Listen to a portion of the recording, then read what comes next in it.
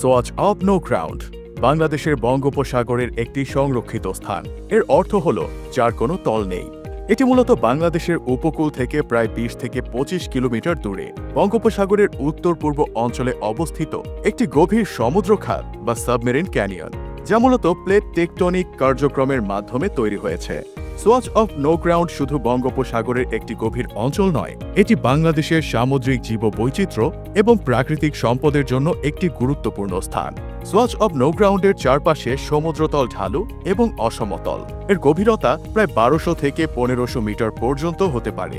এর প্রস্থ প্রায় 14 কিলোমিটার এবং দৈর্ঘ্য প্রায় 400 কিলোমিটার। আর এর সর্বমোট এলাকা প্রায় 1,73,800 হেক্টর। বলা হয়ে থাকে এটি আজ থেকে প্রায় 1,25,000 বছর আগে তৈরি হয়েছে। বঙ্গোপসাগরের এই অঞ্চলটির নামকরণের পেছনে রয়েছে একটি রহস্য। 1800 শতকের শেষ দিকে ডুবে যাওয়া একটি ব্রিটিশ যুদ্ধ জাহাজের খোঁজে এসেছিল দেশটির আরও কয়েকটি জাহাজ। এর সঙ্গে ছিল একদল জরিপকারীও। কোনো নিশানা না পেয়ে এর নাম দেয় সোয়াচ অব নো গ্রাউন্ড। রহস্যময় এই স্থানটি সবার নজরে আসে 2014 সালে। কথিত আছে সোয়াচ অব নো গ্রাউন্ডে 1863 সালে গ্যাটফ্লাই নামে একটি 212 টন ওজন বিশিষ্ট গানবোট ভারত থেকে ইংল্যান্ডে বিপুল পরিমাণ ধন রত্ন নিয়ে যাওয়ার সময় ঝড়ের কবলে পড়ে ডুবে যায়। তখন সেটির কোনো চিহ্নই পাওয়া যায়নি। জীববৈচিত্র্য ও সামুদ্রিক বাস্তুতন্ত্রের দিক থেকে সোয়াচ অব নো গ্রাউন্ড খুবই গুরুত্বপূর্ণ। এই অঞ্চলটি সামুদ্রিক জীববৈচিত্র্যে ভরপুর। ডলফিন, তিমি, হাঙর এবং বিভিন্ন প্রজাতির মাছ এখানকার স্থায়ী বাসিন্দা। এছাড়া পপাস ডলফিন, পৃথিবীর বৃহত্তম ইরাবতী ডলফিন, গোলাপি পিঠের কুজো ইন্দো প্যাসিফিক ডলফিন ও মসৃণ পিঠের পাখনাহীন ইমপ্লাইস ডলফিনও এখানে দেখা যায়।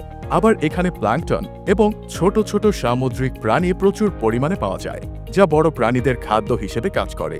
শুধু তাই নয়, সোয়াচ অব নো গ্রাউন্ড যাযাবর প্রাণীদের জন্য একটি গুরুত্বপূর্ণ পথ। প্রতি বছর অনেক যাযাবর পাখি এবং সামুদ্রিক স্তন্যপায়ী প্রাণী এই অঞ্চলে ভ্রমণ করে। জায়গাটি সমুদ্র বিজ্ঞানীদের জন্য একটি গুরুত্বপূর্ণ গবেষণার ক্ষেত্র। এখানে সমুদ্রের গভীর অংশের পরিবেশ এবং জীবনের বৈচিত্র্য সম্পর্কে মূল্যবান তথ্য পাওয়া যায়। এই অঞ্চলটি কার্বন চক্র এবং সমুদ্রের তাপমাত্রা নিয়ন্ত্রণে গুরুত্বপূর্ণ ভূমিকা পালন করে। বঙ্গোপসাগরের স্রোত এবং বায়ু প্রবাহ এই অঞ্চলের জলবায়ুর ওপর ব্যাপক প্রভাব ফেলে।